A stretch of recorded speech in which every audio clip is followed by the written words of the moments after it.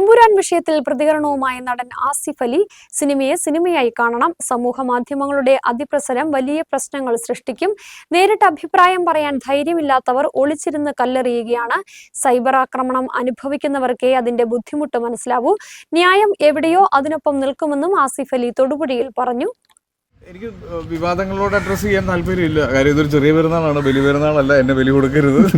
അപ്പോൾ എനിക്ക് പറയാനുള്ളത് ഈ സോഷ്യൽ മീഡിയയുടെ ഒരു അതിപ്രസരം എന്ന് പറയില്ല. നമ്മൾ സോഷ്യൽ മീഡിയയിൽ ഇരുന്ന് നമ്മളൊരു വീട്ടിലിരുന്ന് അല്ലെങ്കിൽ നമ്മളൊരു കൂട്ടുകാരുടെ കൂടെ ഇരുന്ന് എഴുതി വിടുമ്പോൾ ഉണ്ടാകുന്ന വരുംവരായികളെക്കുറിച്ച് ചിന്തിക്കാതെ നമ്മൾ പറയുന്ന ചില അഭിപ്രായങ്ങൾ, ചില കോമൻറ്റ്സ് ഒരുപാട് വലിയ പ്രശ്നങ്ങളിലേക്ക് പോകും. അപ്പോൾ അതൊക്കെ നമ്മളിപ്പോൾ ഈ കഴിഞ്ഞ ദിവസങ്ങളിലൊക്കെ കണ്ടുകൊണ്ടിരിക്കുന്നുണ്ട്. അപ്പം സിനിമയായിട്ട് തന്നെ കാണുക, അതെപ്പോഴും നമ്മൾ ആഗ്രഹിക്കുന്നത് അങ്ങനെയാണ്.